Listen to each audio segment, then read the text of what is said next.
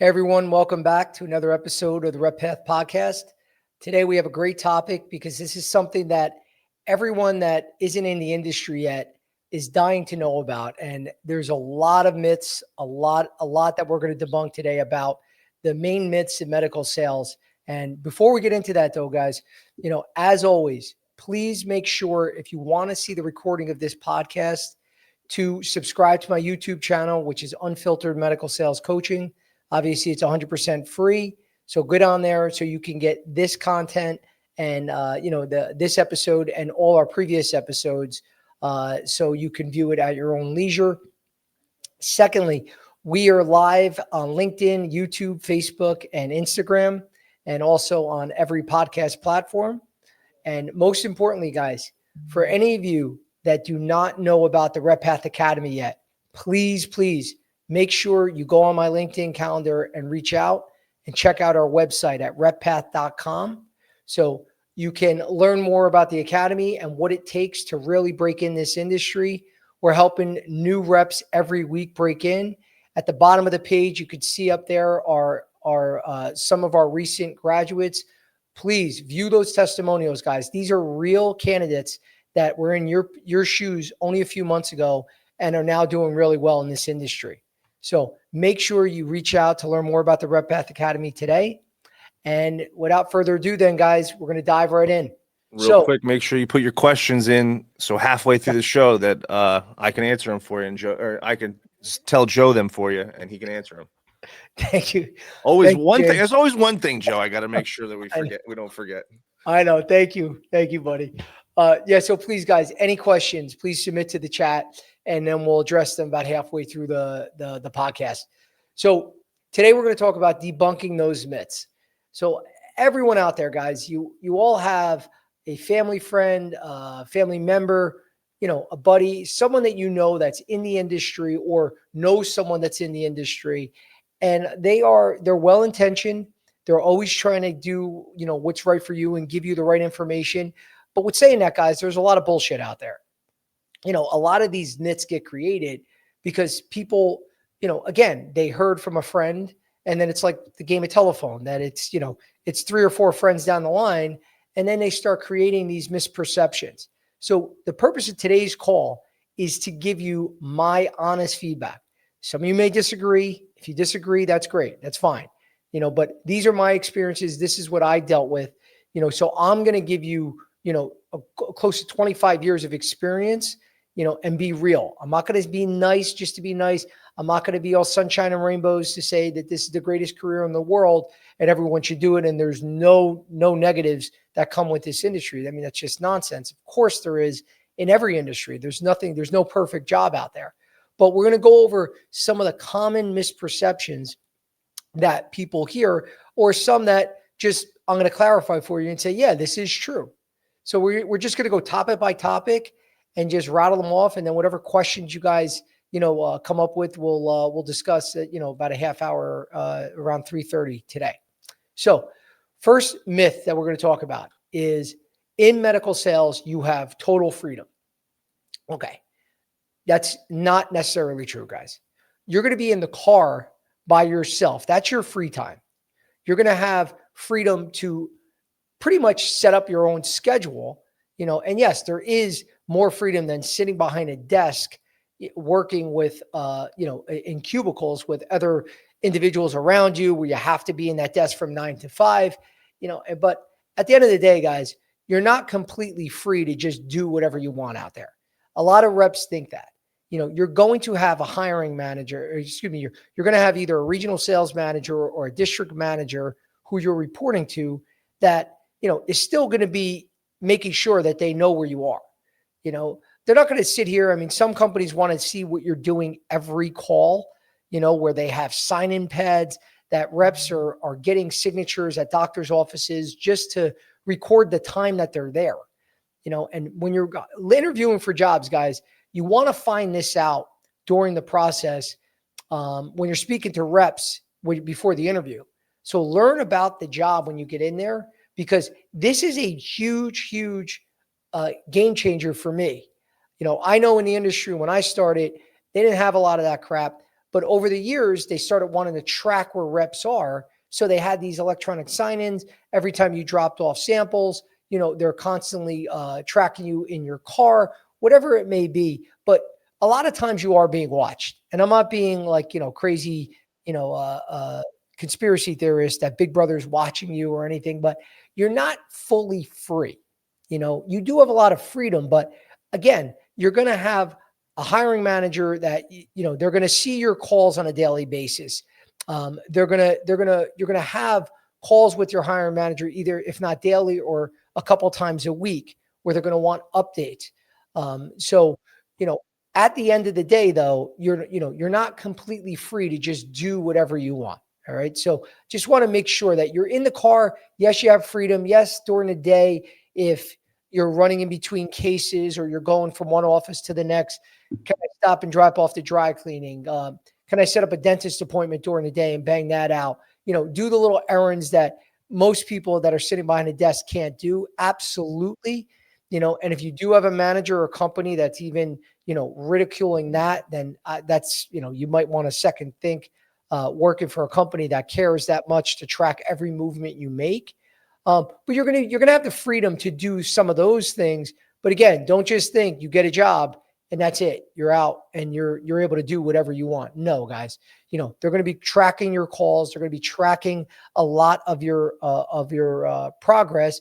But the most important thing that you can do if you want to get more freedom, more flexibility to do what you want, crush your number.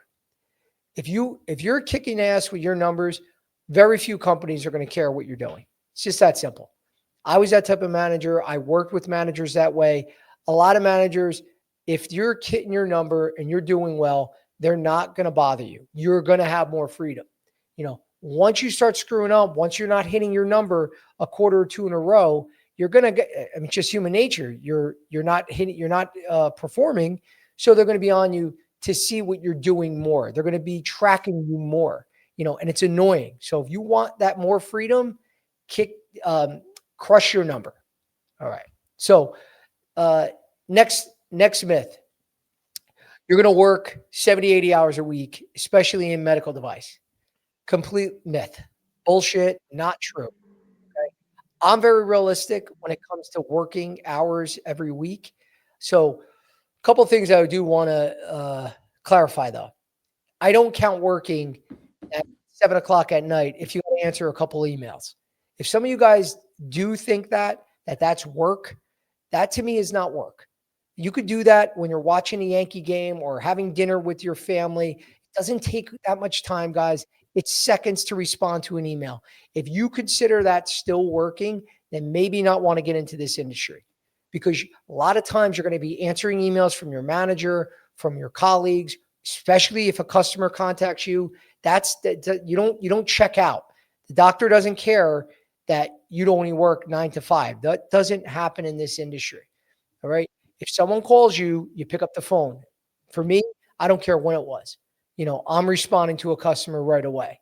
You can handle it differently if you want, but I don't count a couple of emails at night as still working. I count when I either get to my first office or my first hospital into my first case. That's where my day starts. It's not when I get in the car. So for me, saying that you're going to work 60, 70 hours a week, that means if you're working 70 hours a week, that's almost 12 hours a day. You're not getting to your first hospital 5 days a week at 7 a.m. and leaving at 7 p.m. at night. That's just not true. So the hours that people like to throw around, you'll hear that a lot in device. Some people would say, I'm working 80, 90 hours. Again, guys, unless you have a trauma job where you're constantly, covering cases and really killing yourself, very few reps are putting in those kinds of hours. The reality is, in device, you're going to be working probably 40 to 50 hours a week. In pharma, you're probably working 20 to 30 hours a week. And a lot of pharma managers, you get upset and people are going to say, that's nonsense. Why are you saying that? That's real, guys. I did these jobs.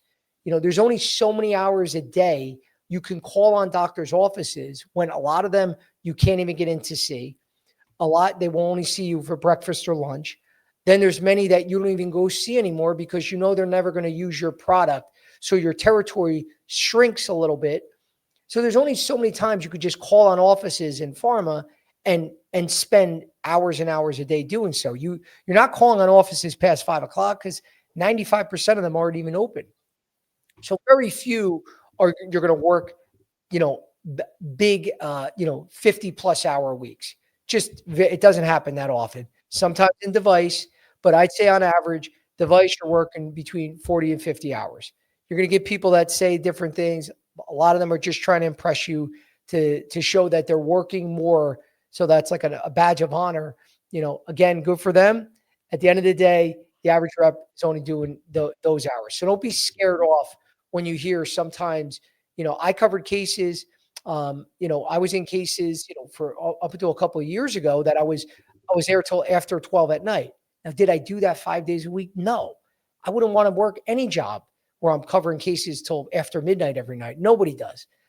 Once in a while that would happen. Sometimes you're working until 6 or 7 at night. But on average, a lot of these cases by 3, 4 o'clock, nobody wants to be in an OR. By 3 o'clock, a lot of the ORs, no one's even in there anymore. They're up early and done by that time. So don't be scared off by that, guys. It is a great career, to be able to still get your gym workouts in, be able to go to the kids' games, and actually have a social life where you're not totally consumed by your job.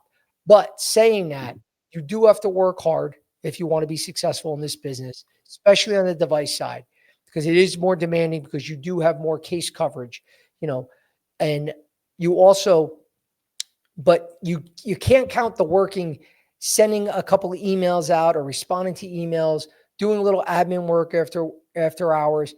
For me, again, I didn't count that as work because it's something now, since we have cell phones the past 20 years, you're kind of never fully off is the point I'm getting at, is that you got to be able to still balance that too. We're not totally consumed. But at the end of the day, guys, it's not that demanding in terms of hours per week. Next is, I'm sorry, the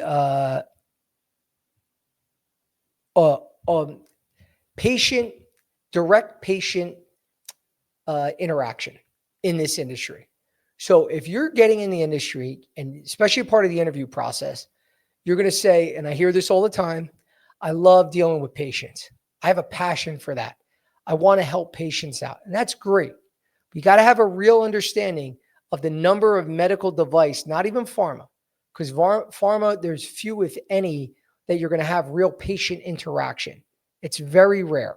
You're going to be dealing with the doctor, and the doctor is going to report back to you how the patient did on whatever drug that they prescribed and that your company sells.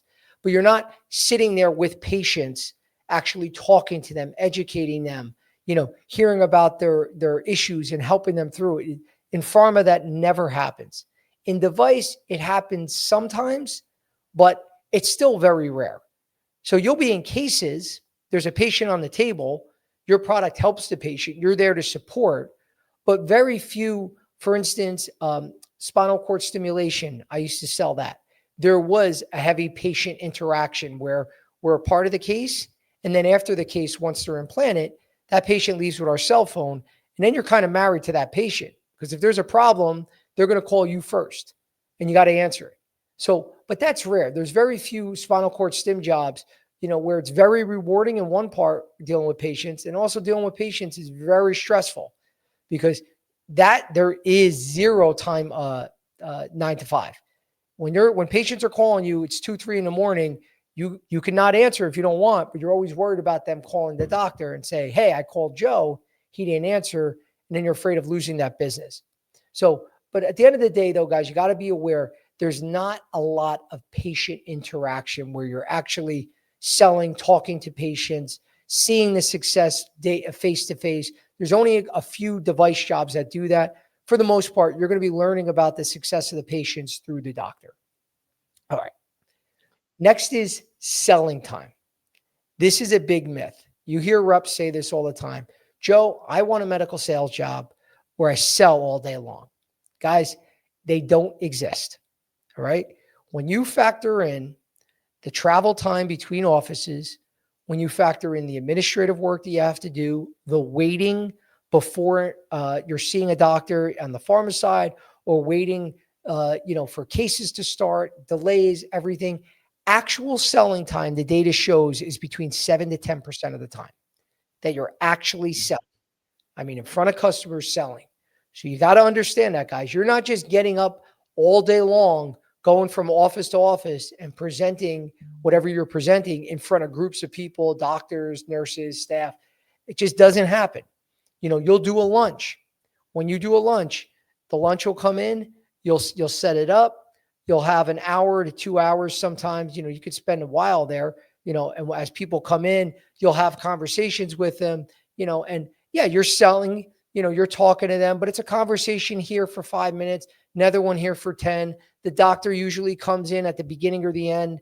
We'll talk to you for, could be 2 minutes, could be a half hour, but that's the real selling time that you get. When you go in and out of offices, sometimes you'll wait an hour to see the doctor for 30 seconds. That's your selling time. It's 30 seconds. So you have to be prepared for that. And again, I'm not telling you this to scare you off, but this is the reality of the sales role, that you're not just, you have appointments set up all day long and all you're doing is selling. It's not. It's a lot of waiting, and that's the part that when we talk about resilience, it's not about going in and out of offices. And you hear this all the time. Joe, I got thick skin. I'm going to be great in this industry. Yeah. Who gives a shit? So does everyone else. But what do you do not only when the doctor doesn't see you, but say he does see you, but you got to wait an hour and a half in an office, just sitting there waiting for the doctor to give you 30 seconds. It sounds like, hey, I'll do whatever it takes. Guys, you do that week after week after week, that's where you really find out who has the real resilience, who's really persistent. When I'm going to sit there for an hour and a half just to get that few seconds with him, but I don't care. I'll do it. That's the mental challenge that it takes sometimes in this industry, because it's not them welcome you with open arms every time you walk in. They're busy. They got their practice to run. So you got to make sure that you understand that the selling time is not as much as you think. Okay. The other one along the same lines is, all I want to do is sell. You'll hear that, especially in device. I'll hear, Joe, I don't want to cover cases. All I want to do is sell. Guys, very few jobs are out there like that. And if there are out, the few that are out there, trust me, they have a line 5,000 reps long of reps that want that job. All I want to do is sell all day long too. Even with RepPath, there's so much admin and bullshit and expense accounts and salaries or whatever else that you got to do behind the scenes, just sending out bills to customers and tracking that down, the accounting end. It sucks. I don't want to do any of that, but I have to, because it's my business. But, I love this interaction. I love when I'm on the phone. I love when we're doing the RepPath Academy and we're teaching reps how to become better candidates. That's what I love, but there's so much else that goes into it. So you got to understand that, guys. There's so much else that's going into it, where you're not going to just have a job where you're just selling. Odds are you're going to have to cover cases too. Even if you have clinical specialists that help you cover your cases, doesn't mean that all you do is sell, and the clinicals are out there just covering cases. A lot of times you're dividing and conquering. They're covering a case, you're covering a case. In between, you're trying to get to offices to sell, to present to more doctors. But usually it's a combination of both, even as a territory manager. So again, just making you aware that when you go into these interviews, you got to have a better understanding, because the more that you understand and know about the role, the more serious of a candidate they're going to take you. If you're not fully have a full understanding of what you're getting into, they will not hire you. So again, make sure you're having these conversations with reps that work at the company before you get the job, before you're even in these interviews, because you got to know what you're talking about. All right. Next. Okay, let's talk about all the glamour and perks. So yes, it is true. A lot of good benefits when it comes to medical sales jobs. All right. You're going to get, for most, not every job out there, but typically, let's start with pharma. You'll get a base salary. You'll get a quarterly bonus or a monthly bonus or commission. Get a company car or an allowance. cell phone or cell phone allowance, medical, dental, vision, 401k. Then some will offer stock options. Some will offer a little bit better perks. But again, there are overall, I think the benefits and perks of this job are great, because a lot of times you'll hear reps, especially for you entry level reps, the average rep makes about 98,000 a year. That's base and bonus and total commission. So the total OTE is about 98,000. So you're right at about six figures. That doesn't include the car, guys. That doesn't include the cell phone, the benefits, the health benefits, the 401k. When you start factoring all that in, now you're getting much, much higher than 100,000 a year. Because believe me, when you have your own business and you got to pay for a lot of that shit, trust me, you miss it.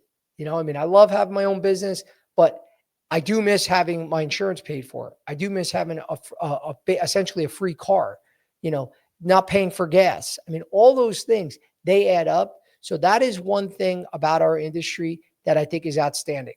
Now, you could get jobs that don't offer that, and that could happen too, especially a lot of 1099 jobs. 1099 roles, a lot of them don't even pay for that because you're an independent contractor. So everything comes out of your pocket. But for most device companies, the only difference between device and pharma, typically, not every time, pharma gives you a car, device gives you a car allowance. To each his own. Sometimes people have a car that they like and they rather just get paid the allowance because they don't want to trade it in and get a RAV4 or Ford Fusion or whatever the Ford Taurus or whatever rep cars they have out there now. And then some reps say, screw it, I don't care, just give me the car. I don't want to have to deal with anything. So you do have to, there is slight differences there, which, side note, guys, make sure for any of you trying to break in, your driving record, obviously DWIs are a killer in this industry, especially if they're going to insure you with a car. You're probably not going to pass that background check. But even for some smaller violations, the cleaner you have your driving record, the more easy it is for these companies to give you an offer, because when they do these background checks, sometimes stuff comes up that makes them a little, weary to give you a company car, because again, it affects the insurance and everything else with the company. So sometimes they're not as, likely to give an offer. All right. So again, that's an awesome benefit of this industry. Benefits, outstanding. All right. Next is technology/AI. It's going to replace reps everywhere. Guys, listen, first off, I don't know where the next 50 years are going to take us, but as of today, that's all I can speak for. I'll probably be the first one to get replaced by AI if it happens, but right now I'm embracing AI. And I think every one of you out there should be doing that. I work with many AI companies out there that, if I'm not working directly with, they are reaching out to me every week because they want me to consult with them, because they're creating new platforms that it's so exciting, guys. It's so awesome, and we're actually working on something in collaboration with a company soon. So stay tuned for that, because it's really exciting stuff.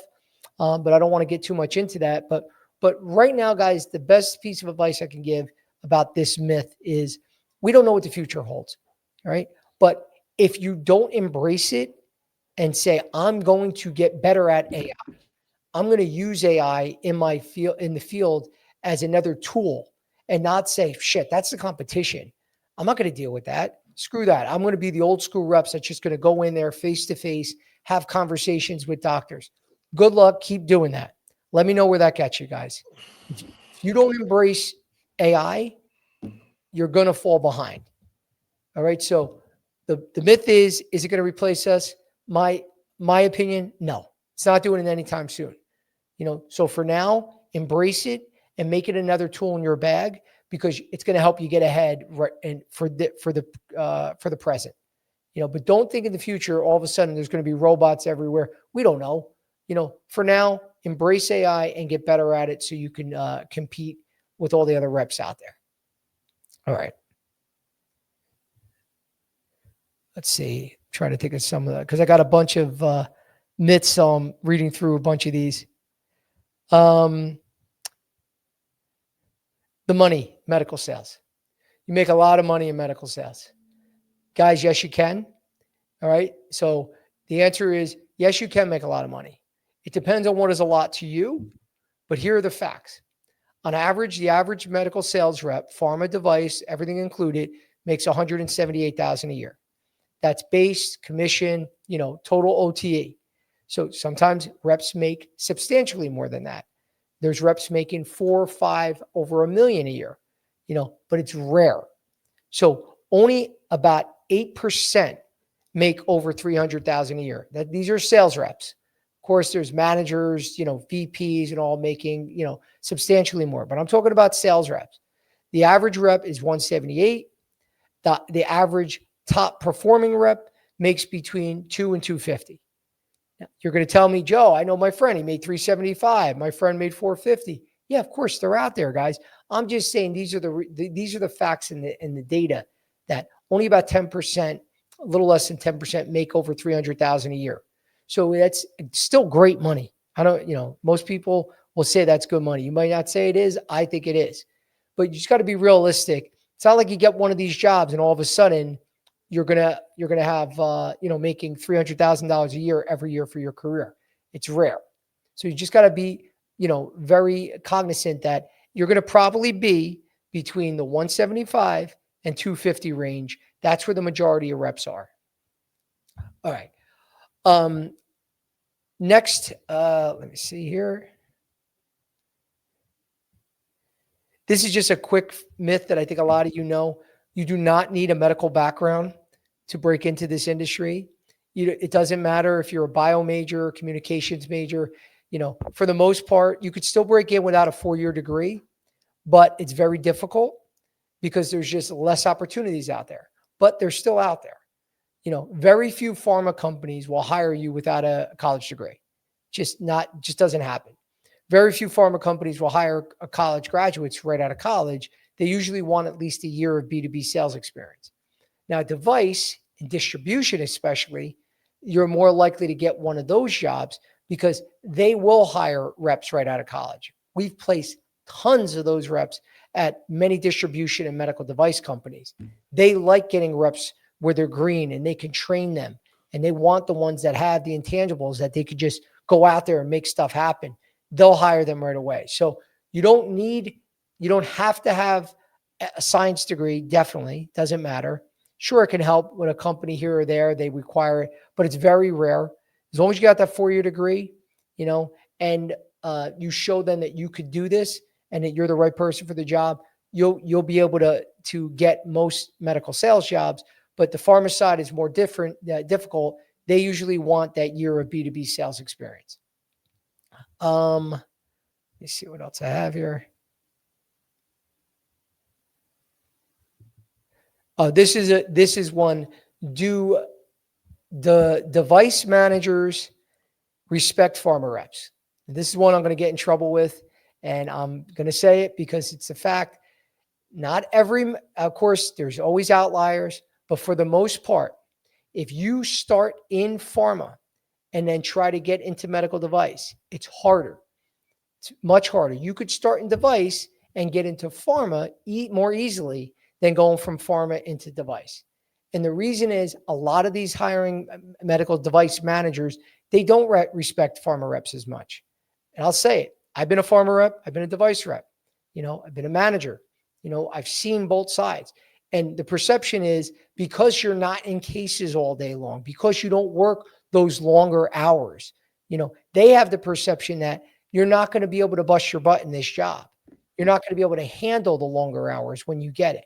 So just be wary of that. I mean, just be, I just want to be clear with that there are a lot of device managers out there that they will not look at pharma reps, especially the longer that you've been a pharma rep, the more they think that you can't break out of that work life mentality and do the device world where you're going to work much longer hours. So that is something that you do want to be aware of, because some of you guys that are looking to break in, and you're saying, hey, I'm going to get this pharma job first.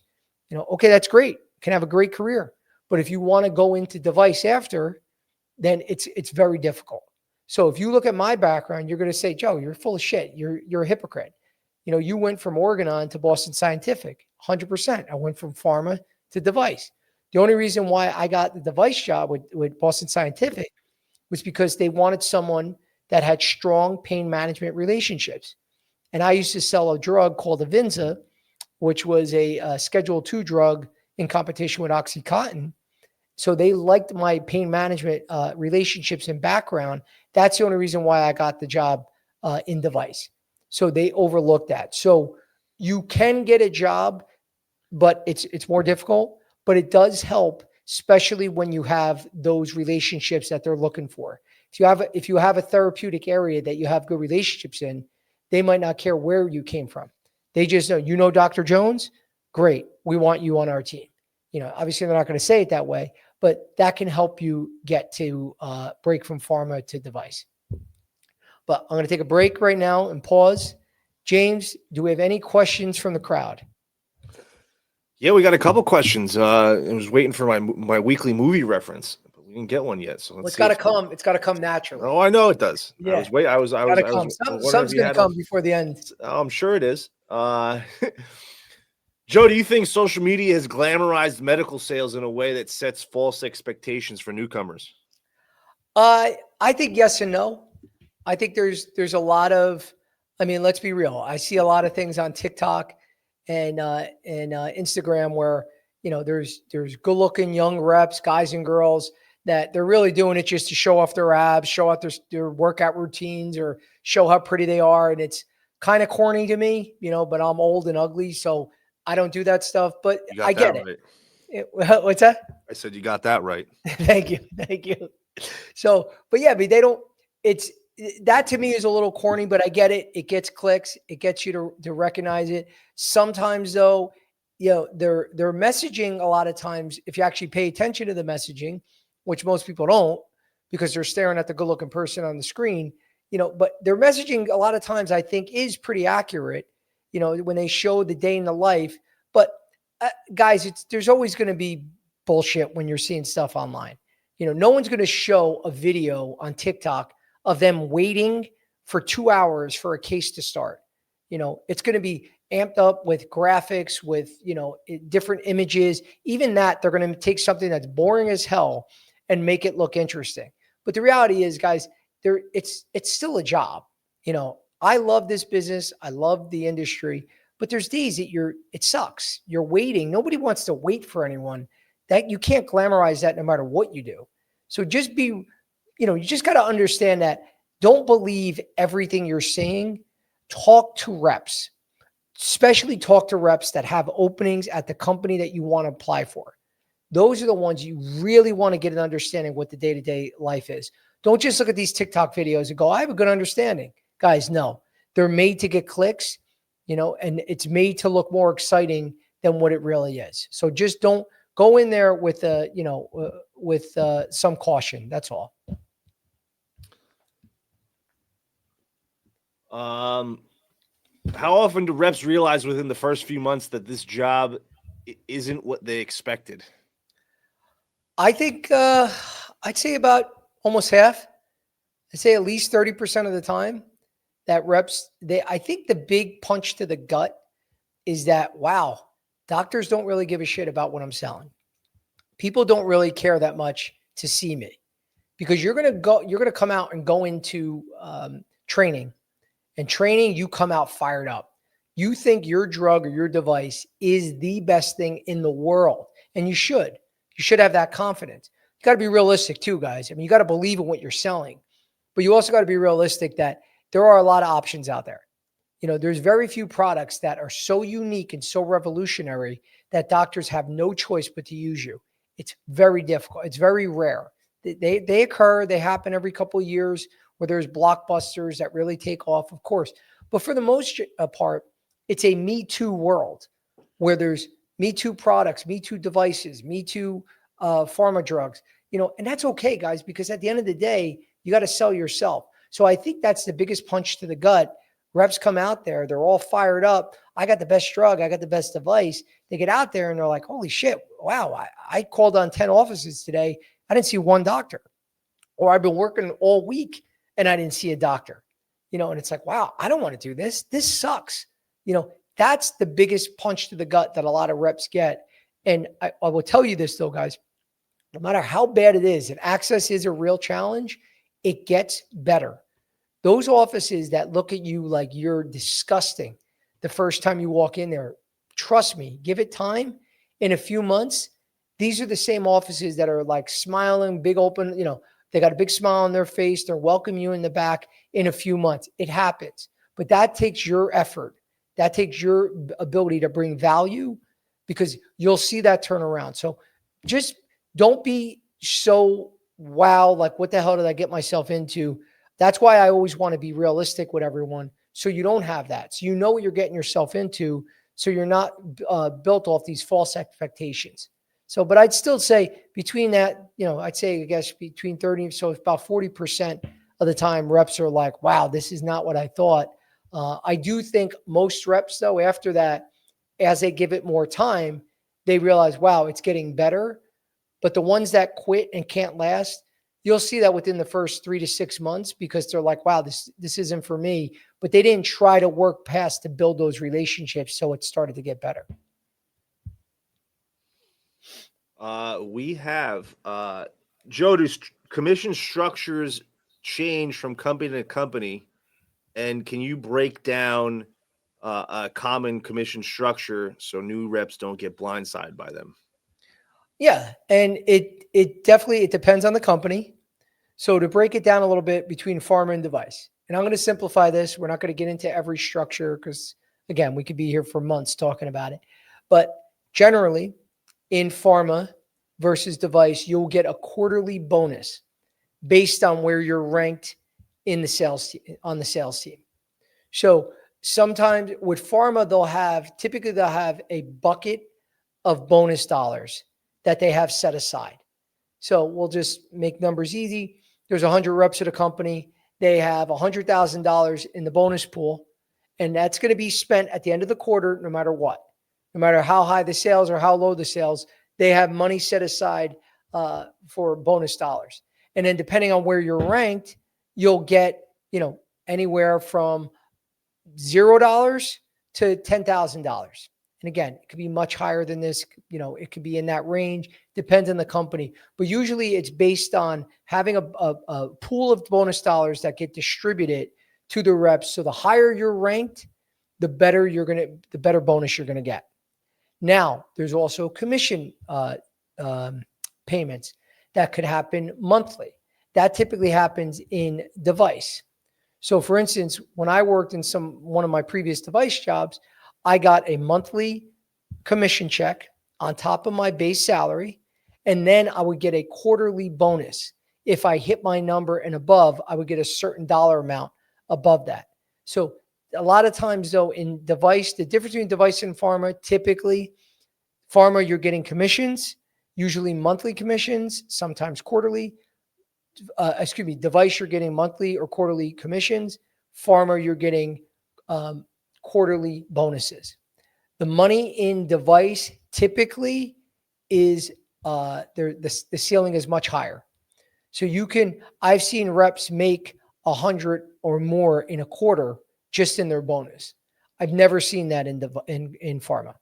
Pharma, I've heard reps making 30, in a quarter, maybe 40, but it's very rare.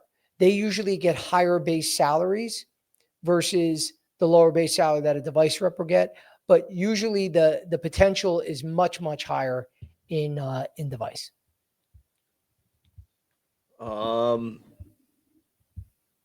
Is there a truth to the idea that device reps make way more than pharma reps? Yes. So I would say the average rep is still very comparable when you're looking at a national average. They're still both in that 170-ish range. But I know more device reps that have made over 300,000 a year than I do pharma reps. There's very few pharma reps that I know. I mean, a lot of rare disease reps, you'll hear them making 300-400 plus. The problem with a lot of the rare disease jobs, they don't last that long. So a lot of these rare disease reps are constantly looking to jump to another company. And that's our industry, which it sucks about the industry. It's very volatile. So you're not going to be at the same job for the next 30 years of your life. I hope you are, but it's rare. So you're always, every couple of years, unfortunately, you're looking for new jobs. And that sucks to do because you want to get settled and really grow in a company. But those rare disease jobs, they're great jobs. They pay really well. But again, I don't know many reps that are doing that 10, 15 years in a row. They're constantly going to another company. So I'd say overall, if you're looking for more financial opportunity, I think device has more upside. But pharma is definitely a great career. It's just a little bit safer in terms of, if you're looking to pay your monthly bills, you can have more of the ups and downs in device than you are more of a steady pay stream in pharma. How much travel is actually involved? So the difference between travel with device and pharma, in my experiences, I traveled a hell of a lot more in device because, when you're covering, I had roles, I covered the whole country. I covered half the country. I covered a region, and I covered in local states. You're definitely traveling much more in device. Now, depending on how big your territory is, and this you want to ask during the interview. This you want to find out before the interview when you're talking to reps, because you don't want to be traveling and doing 3 overnights a week, guys. You might say you don't care now. Trust me, it sucks. When you're doing 3 nights a week, when you're sleeping in Holiday Inns, in, these random bumble places around the country, it's not fun. You're living out of your suitcase and, you don't want one of those roles. But for me, I think that's still pretty rare. You just want to ask them how many overnights, you're having a month, and they'll definitely be able to tell you that. Pharma, it was very, very rare. Usually you're getting either a couple of counties or maybe a state or a couple states, depending if you're, for instance, if you're in the Northeast, there's very few pharma roles where you're covering multiple states. You're going to have a couple counties or maybe a state, but it's going to be doable where you're home every night. If you're out west, usually there's doctors aren't, the geography isn't as populated as it is in the East Coast and especially the Northeast. So you're going to have maybe a couple of states when you're out in Idaho and Montana, where you're going to have more of that coverage. But you just want to, the only way to really know is speaking to that hiring manager or those reps to know exactly how much travel that is, because it could be substantial, and especially if you want to get into management, be prepared to be a manager in this business. You're going to be traveling a lot. You're going to build up a lot of miles because there's very few companies that have such dense districts or regions where they don't have to travel that much as a manager. The higher you get up there, guys, the more you're going to travel. So I know it's a long answer. Bottom line, more travel I've seen in device than in pharma. We got how much pressure is there to hit quota every month? I'd say more in device, but you're still a sales rep. Doesn't matter what your pharma device, you got to hit your number. So typically device, you could miss your number 1 quarter here, a quarter there. You're missing your number a couple quarters in a row, you could be put on a PIP. And a PIP is a performance improvement plan. That's not a good thing, guys. That means they're getting ready. They're sending out the information to you and also HR. They're getting ready to terminate your employment there.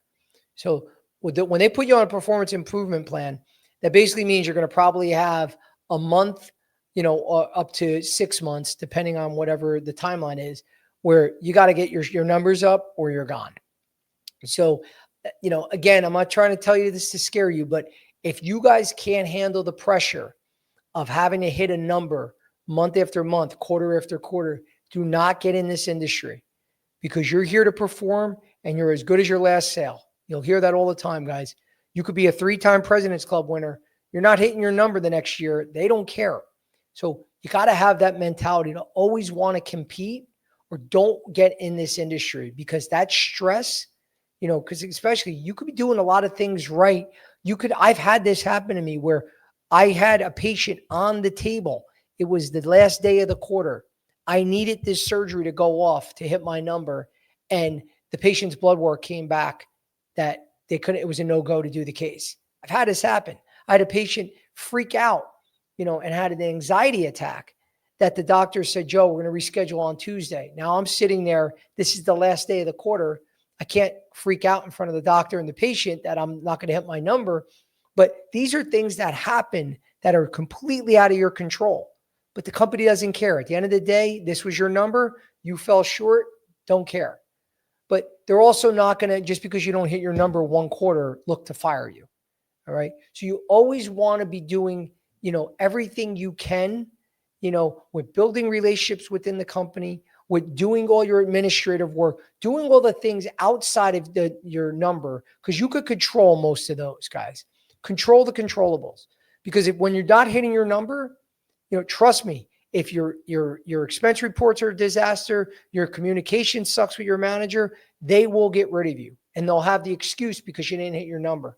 But if all your other stuff is buttoned up, then they're less likely to look to fire you because they don't have as much of a reason just because you didn't hit your number for one quarter. But again, you got to have that competitive mentality, or this will be the wrong industry to get into. We got, do companies really expect you to know doctors before you even get hired? No, it depends. So the answer for, no, especially or it for depends. entry levels, well, the answer is no. There are some times when they're hiring you because you're saying that you're coming in with this book of contacts. And that's the only reason why you're getting the job. You're saying, yes, I know all the pain specialists in North Jersey. I know Dr. Jones. I know Dr. Smith. So if you're going to say all that, then they're going to expect you to know doctors. So don't talk a big game, guys, if you don't really know doctors. You don't want to start playing that exaggerating. Yeah, I'm friends with this one. I'm friends with that one. You're going to come off stupid in the end. But if you do have those relationships, definitely share that. Because it could take one relationship with one doctor that this company really, really has been trying to get business from. And if you have that relationship, they can hire you because of that. But it's not like you're coming in this industry and then they expect you to know doctors or they're not going to hire you. That's just not true. You're going to build those relationships the longer that you're with a company anyway.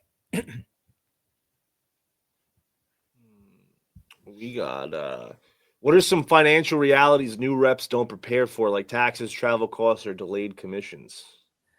I think the commission part, you should never live, paying your bills with your commission checks, guys. You just shouldn't, because you never know. The problem with this industry, I don't care who the company is. I don't care how nice the manager, how nice the leadership is. Shit happens at a company where they can change the comp plan at the drop of a hat like that. And you can go from making, say, $10,000, $15,000 a month in commissions to making $1,000 to $1,500, doing the same exact amount of business. I've seen it happen. That sucks. So you got to be prepared for that. Your bonuses, your commissions, you should treat as a bonus, as extra money, until you start getting built up a little bit and still get more in your savings account. You don't want to be living month to month saying, shit, I'm not going to be able to pay that $5,000 rent just on my base, but I'm going to be getting a couple thousand a month in commission too. So I should be fine. No, don't count on your commissions. I don't care how well you did this year. Everything can change the next year because they don't have to keep. There's nothing that you're going to sign or a company's going to sign with you that's going to guarantee you a certain commission with a company for life. They're not. So some companies might hire someone and give them a guarantee for a year or two, but that's not what we're talking about. We're talking about, can they change a comp plan? And they could do it at the drop of a hat. So make sure that you're prepared, that you're not counting that money every month, that it's definitely going to be there, especially if you're looking to have a more lavish lifestyle, because that can really screw you up. God, what's the truth about advancement? How fast can you actually move up? Again, that's a tough question, but You got to be you when you're looking at companies. The first thing you do when you're looking for, say opening at XYZ company. First thing I'm doing, obviously, I'm researching the manager. I'm having the conversations with reps. But when you're on LinkedIn and you're looking at the individuals that work at that company, look at their tenure, guys. That's the first red flag. If you see a bunch of reps and managers that have been there a year, 6 months, 8 months, year and a half, that's a red flag. And I'm not talking if it's a startup. Obviously, everyone's going to be there only for a few months. But established companies should have people there 10 years. When you see people there 5, 8, 10, 15 years, that's a great sign. That means they take care of their people. So that's the first thing you want to look for. In terms of advancement, these are the conversations you got to have during the interview process. During your discovery when you're talking to reps. Ask them directly. Typically in the pharma world, the ideal path is to be a rep for 2-3 years, maybe 5 years, and then hopefully a sales management position opens up. But again, it's very hard to predict because does it open up in your area? Okay, no. So now it's opening up on the West Coast and you live in Jersey. There's one in California. Are you willing to move with your family? Most reps might not be able to do that. So they gave you an opening, they gave you an opportunity, but you didn't want to take it. So if you want to increase your chances and speed up your ability to get promoted, if that's your end goal, then you have to be open to be able to move at the drop of a hat, guys, because the reps that do progress up the corporate ladder, you do see that they have that similarity where they're like, yeah, I used to live in Jersey. Then I moved my family to Dallas. Then we moved to California. And you're like, shit, man, I was never leaving the Northeast, but these guys do. And that's going to increase your chances of being able to move up. But there's no set timeline. I know reps that got promoted to management within months. And then I know reps that have been in jobs for 20 years and just nothing, aligned with them at that company where they were positioned to get a promotion in the right area that they wanted. So I know that doesn't really help, but it's a tough question because it's company dependent. How honest are recruiters about job expectations when hiring? How honest are recruiters? Yeah. Well, I definitely wouldn't just take what a recruiter's saying because, the reality is when a company comes to me and says, Joe, I have an opening, here's the product, here's the drug, this is the requirements. This is what we're looking for in a candidate. I don't know everything about that company. A lot of times I don't even have a full understanding sometimes of how the comp plan works, especially for some of the pharma companies, because it is a little bit more specific to that company that it's not so easy to say you'll get 5% commission on everything you sell. So you don't go by just what a recruiter is saying. It's good to get that information. They'll have enough information to whet your palate and make you get excited about the job. But when you're in front of that hiring manager, when you're speaking to those reps, they're the ones you really want to get the info from. The recruiter's there to, say, hey, do you like this? Does it sound interesting to you? If so, here's the pay. Here's the products you're going to be selling. We'll set up the call with the hiring manager or the HR department, whoever it is, whoever the next step in the process. That's when you really want to learn from those people because they know way, way more. Because recruiters, they could be working with 50 different companies. They're not going to know as much as the people that work there are. So take it with a grain of salt, but really get the information from the people that work there. Are certain personality types better suited for medical sales? Absolutely.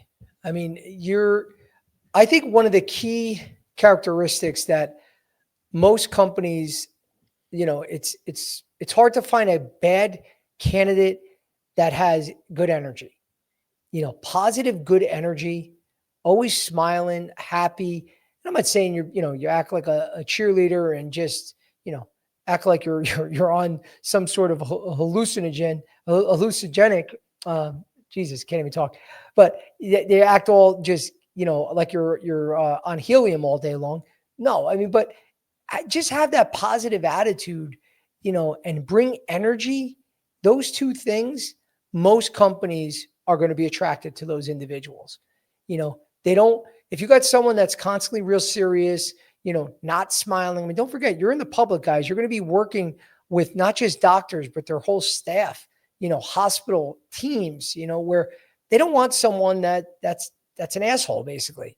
So the more that you have that friendly personality and you have that good energy and excitement, and you bring that into those conversations, those are the reps that typically get hired. We got, I believe, 2 more questions for you, Joe. Beautiful. One I think you kind of covered already, but we'll ask it anyway. Are the perks like company cars, dinners, travel still common, or are they mostly outdated?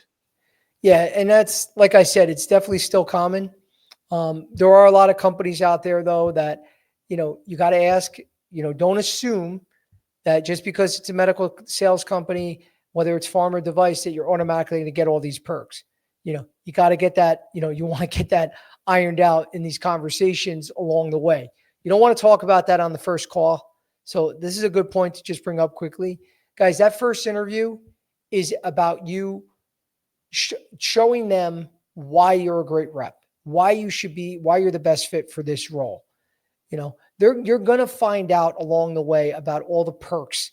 You don't want to be in there in that first interview and start, talking about their 401k match. I mean, it's just, no, guys. You don't want to talk about how many vacation days you have in the first interview. Save those questions for later interviews when it looks like you're getting an offer, because they will make sure that you're fully, they're fully transparent about all that before they make an offer. So you'll have time for that. But again, most companies still give a lot of great benefits. I got actually 2 more. Is medical sales mostly cold calling or relationship building? It's a combination of both, but relationship building is definitely much more key to success. That's you can't just knock on doors all day. The game has changed since I started in this industry, where that was just go to those addresses, knock on doors, drop your card off, set up appointments. Eventually you'll get in. Now it's gotten much, much tougher. Doctors don't have as much time. They are getting bombarded with more patients, reimbursements that are dropping. So they got to see even more patients. They got more reps coming in there. So you have to be building relationships. And the relationships, guys, are your value whenever you leave that company. So take every relationship, not just with physicians. It could be the front office receptionist. I don't care who it is. It could be security within a hospital. The more relationships that you have, the stronger candidate you are, and you will get, obviously you have a book of cardiology business that you have, know all these cardiologists. That's great. But now when you get into the hospital space, the tougher access gets, the more relationships you need to even get into these hospitals. So you want the relationships is the value. So make sure you do not take that lightly, guys, and just think, hey, it doesn't matter if I don't build that many relationships here. I'll build them on the next job. Like, no, you want to constantly be doing that, because I have relationships for 25 years that I can call a doctor or even someone from his staff. Some of them have retired since then, but they'll still, do anything for me because we had such a strong bond, because I brought value for years to them, even though it's years ago. So make sure it's real. It's about those relationships. The knocking on doors you got to do once in a while, of course, but that's not really how you're going to move the ball forward. And the last question, Joe, people love to post about 6-figure incomes, but what percentage of reps are actually earning that in medical sales? The majority are owning that in medical sales. Definitely. I mean, I don't know where everyone else lives. I know making 100,000. I mean, we're down in Miami now. 100,000 in Miami doesn't get you far. You need 2 incomes down here. And some people that are doing really well, obviously that, they can have one spouse doing everything, but majority of people that are living in some of these areas, it's very difficult. So 100,000 obviously doesn't go as far as it did 20 years ago, but I'd say, a good 80% or more, maybe even 90%, you're going to make at least 6 figures. That's all I got for you, Joe. Awesome, man. Nothing showed up in the movie reference I know this week. Yeah, this is, and I'm trying to think with some of these questions what I could have said, but No, there you wasn't can't. really anything. If it's forced, it's gonna. It's I not the mean, same. It's not the yeah, same. yeah. I mean, some of them are stupid anyway, but they're really gonna be stupid No, if the I past force couple them. of weeks have been pretty good movie choices. Pretty good. I only have 2 movies that I have an issue with, that I have a bone to pick with you. Everything else has been pretty good. And there's still, most people won't admit it, but I know, and they obviously killed it at the box office, so I'm not the only one that thinks that way. So Yeah, your quarterback Caleb Williams, who wears nail polish, and women. That's who killed it at the box office for him. Well, anyway, I promise next week I'll definitely come up with a couple that will get us back on track. Perfect. But thank you again, James, today, because those, again, and thank you guys out there, because those were great questions. Again, I don't want to scare anyone off, but I also don't want to be all sunshine and rainbows. I hope you guys, got some more clarity. Again, there's so many other topics that we can spend hours and hours on. Any other myths out there, please reach out to me. You can go, either via my website, RepPath.com, where you can reach out. Any questions that have come up, you could DM me on LinkedIn or send me an email, joe@reppath.com. If you have any other questions that we may not have covered today. But one more thing, guys, again, I really want to stress, for any of you that are looking to break in, you're tired of not hearing back from recruiters. You do one interview and then it just doesn't go anywhere. You kind of feel like, I'm done with this career. I'm going to pick something else. It's too hard. Reach out to me and let's talk about the RepPath Academy, because this is the answer for a lot of you guys out there, guys. Believe me, I know you're skeptical with a lot of other services when it's online. It's, a lot of shady shit out there. We are proven. You could speak to our reps that have completed the course and learn firsthand. So go on our website, RepPath.com. You could see those testimonials. If you really are serious about breaking into this industry, reach out to me, set up an intro call so we could discuss and get you started with the academy. And lastly, for any of you lobby members that are out there, please make sure you're giving the promo code when you reach out to me, Licata, Licata, and that'll enable you to get more discounts, for being a lobby member. Other than that, guys, thank you again. As always, we're going to be doing these calls every Monday and Wednesday at 3 p.m. Eastern. So if I don't talk to you, if you don't hear from any of you guys this week, we'll be back on Monday the 17th at 1 p.m. It's 3 p.m. Excuse me. Thank you guys. Have a great week.